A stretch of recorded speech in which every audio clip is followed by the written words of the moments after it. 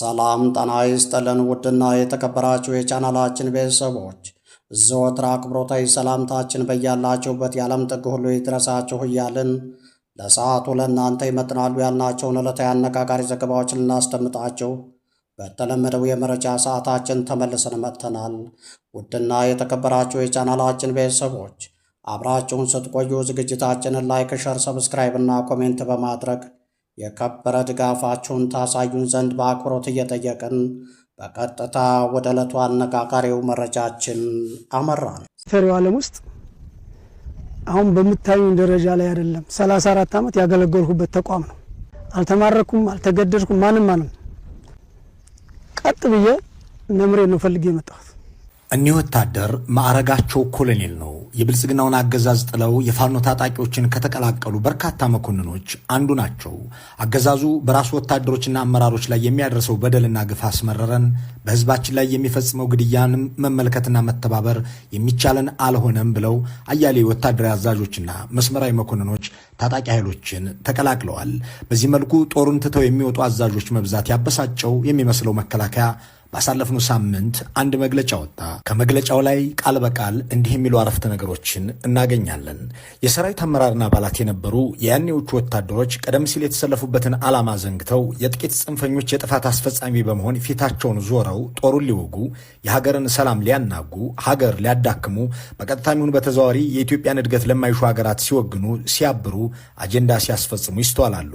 በተቋሙ የነበራቸው ክብር አውርደው የተሰጣቸውንም የክብር ማዕረግ ዋጋ አሳጥተው ከተራ ሽፍታ ጋር ተሰልፈው ኢትዮጵያን ለመውጋት ማሰባቸው እንደ ሁለተኛ ሞት ይቆጠራል እያለ ይቀጥላል። የብልጽግናው መከላከያ ምን ብበድል ምን ባጠፋ የራሴ አመራሮች ራሳቸው ትተውኝ ሄዱ ብሎ አይጠይቅም። ይልቁንም የሀገርን ሰላም ሊያናጉ ማዕረጋቸውን ዝቅ አደረጉ ይላቸዋል። ማዕረጉን ዝቅ ያደረገው ከቶ ማን ነው ብሎም አይጠይቅም። የብልጽግናው መከላከያ ከተከበረው ኃላፊነቱ አገርንና ሕዝብን ከመጠበቅ ወርዶ በየመንደሩ ዜጎችን እያደነ ሲገድል የአገርን ዳር ድንበር ለወራሪዎች አስረክቦ የአንድ ግለሰብና ግብረአበሮቻቸው የስልጣን ዘበኛ ሲሆን መተባበርን ያልመረጡት ጄኔራሎች፣ ኮሎኔሎች፣ ሻለቆች፣ ሻምበሎች ወዘተ ትተውት ወጥተዋል። ቁጥራቸው ቀላል ያልሆነ ታጣቂ ኃይሎችን ተቀላቅለዋል። የቀናቸው ወደ ውጭ ሀገር ሸሽተዋል።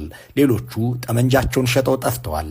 በእርግጥ ጄኔራሎችና መሰል መኮንኖች ብቻ ሳይሆኑ የተሻለ ምቾት ይገኝበታል ከሚባልለት የቪአይፒ ጥበቃ ተነስተውም ታጣቂ ኃይሎችን የሚቀላቀሉ ወታደሮች መሰማት ተጀምሯል። ከነዚህ መካከልም የአማራ ክልል ርዕሰ መስተዳድር የአቶ አረጋ ከበደ ጠባቂዎች ይገኙበታል። ወገናችን እየተገደለ የኛ ምቾት ምናችን ነው ብለን ገባን ሲሉም ይናገራሉ። ከፕሬዝዳንቱ ጋር ስትሆን የሚመቻቹ ለግልህ የሚመቻቹ ነገሮች ሊኖሩ ይችላሉ። ነገር ግን የኔ ምቾት ብቻ ዋጋ የለው። እኔ መልካም ሁኜ ህዝቡ መልካም ካልሆነ የምተኛው እንቅልፍ ጥሩ ምስልም አይሆን። በጣም ለሚሊተሪ ክብር አለ። አሁን ብዙ ጓዶች ያውቁኛል። ለሚሊተሪ ትልቅ ክብር አለ። ግን በቃ አሁን በሚደረገው ድርጊት በቃ የመጨረሻ ተስፋ ቆርጫለሁ። አሁንም ጥያቄው እንዲህ ያሉ ወታደሮች ለሙያው አክብሮት የነበራቸው አባላት በደህና ወታደራዊ ማዕረግም ላይ ያሉ በተሻለ ምቾትም ላይ የሚገኙ ወታደሮች ስለምን መከላከያውን ትተው እየወጡ ታጣቂዎችን መረጡ የሚለው ነው።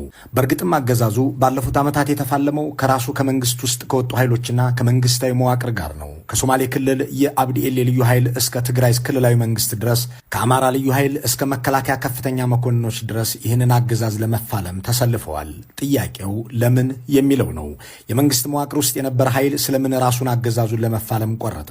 ይህንን ጉዳይ በስፋት ለመመልከት ለሌላ ዙር ቀጠሮ እንያዝና መከላከያ ባሳለፍነው ሳምንት ባወጣው መግለጫ ላይ ያላካተተውን ነገር እንመልከት።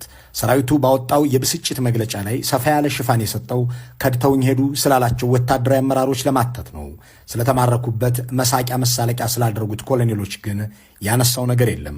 ባለፉት ዓመታት መከላከያውን ትተው የሄዱ ወይም በአገዛዙ ቋንቋ የከዱ ብቻ ሳይሆኑ በጦርነት የተማረኩ በደርዘን የሚቆጠሩ ኮሎኔሎች አሉ።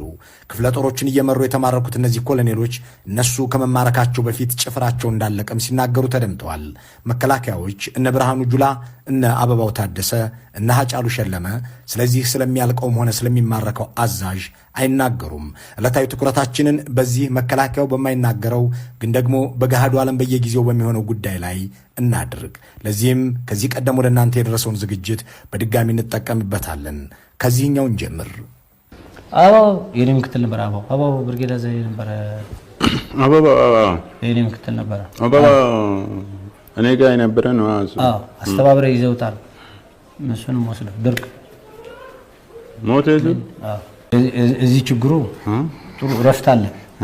ችግሩ ሲጋራ እነዚህ ሁለት ሰዎች ወታደራዊ ማዕረጋቸው ኮሎኔል ነው። አገርን እንዲጠብቁ ህዝብን እንዲከላከሉ ተብለው በአገር ሀብትና ጊዜ የሰለጠኑ ለአስርታት በጦር ሰራዊት ውስጥ የኖሩ መኮንኖችም ነበሩ።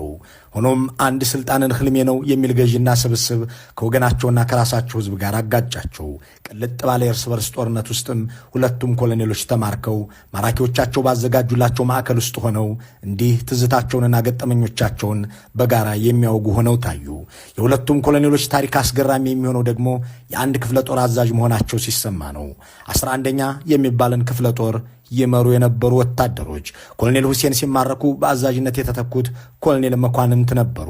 ሆኖም ተተኪውም አልተረፉም። በአንድ ዓመት ውስጥ ሁለቱም ተማረኩ። በማራኪዎቻቸው እስር ቤት ውስጥ መቀሌ ተገናኝተው የሚያወሩትም ይህንን የጦር ሜዳ ውሏቸውን ነው። 11ኛ ክፍለ ጦርንም የተረገመች ይሏታል። የተበተነ ማደራጀት ሚሊሻ ይመጣል ማደራጀት ይምጋል ለማውን 11ኛ ያለችው 11ኛ የተረገመች አንተንም አስረክበች እኔንም አመጣች። አንድ ክፍለ ጦር አዛዥ ሆነን በተለያየ ጊዜ አንተ የት ነው የተያዝከው? ጩቤ በር በስተ ወደ ቆቦ ስቴር ከጩቤ በስተግራ ይሄ ላሊበላ መስመር አለ አይደል? ወደ ሲስ አማያ የሚባል አለ። እንዲህ እንደ ዛሬው ውትድርናንና ስልጠናን እንደ በቆሎ ጥብስ በደቂቃዎች ውስጥ የሚደርስ አድርገው ብልጽግናዎች ከማስተዋወቃቸው በፊት ኢትዮጵያ አንድን ሰው ኮሎኔል ለማድረግ ብዙ ዓመታትን ትወስድ ነበር። አገር ኮሎኔሎችን ከዚህ ወታደራዊ ማዕረግ ላይ ለማድረስ ብዙ ገንዘብና ዓመት ትመድባለች። ብልጽግና ደግሞ በእርስ በርስ ጦርነት ውስጥ ማግዶ እንዲህ ላለ መጨረሻ ይዳርጋቸዋል። ለአገራዊ ዓላማ ብሔራዊ አጀንዳ ተብሎ የሰለጠኑ ሰዎች የአንድ በ7 ዓመቴ የንግስና ኑዛዜ ያለኝ ለሚሉ መሪ ህልምና ወንበር ገድሎ የሚሞት የሚማረክም ሆነ ገዢዎች አዲስ አበባን ይዘው የአዲስ አበባን መሬትና ሀብት እየተከፋፈሉ ወታደሩን በየጢሻው እንደ ፋሲካ ዶሮ እንዲወድቅ እያደረጉት ነው። ደግሞም ስለዚህ ሰራዊት ማንም አይናገርለትም፣ አያዝንለትም።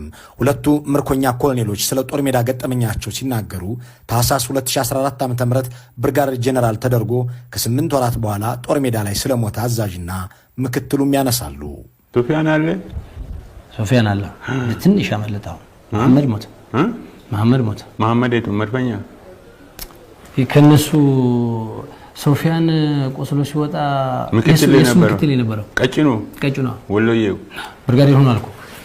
መሐመድ ብርጋዴር ሆነ። አሁን ጩቤ ላይ ሞተ። በቃ ከነ ምክትሉ። የገዢው ቡድን አባላት ስለነዚህ በየተራራው ላይ እንዲቀሩ ስላደረጓቸው ጄኔራሎች ሞት እንኳን ለህዝብ ለቤተሰብ መርዶ አይናገሩም። ቤተሰብ ልጁ፣ ወንድሙ ወይም አባቱ መሞቱን እንዲህ እንደዋዛ ከሚዲያ ይሰማል።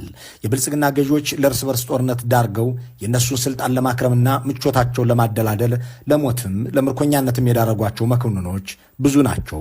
ኮሎኔል ከፍተኛ ወታደራዊ ማዕረግ ስለመሆኑ ባለሙያዎቹ ይናገራሉ። መመዘኛው እንደየአገራቱ የሚለያይ ቢሆንም በዚህ በ21ኛው ክፍለ ዘመን ግን ኮሎኔልነት ከ20 ዓመታት በላይ ወታደራዊ ልምድን የሚጠይቅ በቀለም ትምህርትም ከፍ ማለትን ይግድ የሚል ልዩ ልዩ ወታደራዊ ስልጠናዎችን በብቃት መወጣትን የሚያስገድድ በመስክ ላይ ከሆነ ከ300 እስከ 1000 ጭፍራዎችን የሚይዝና የሚመራ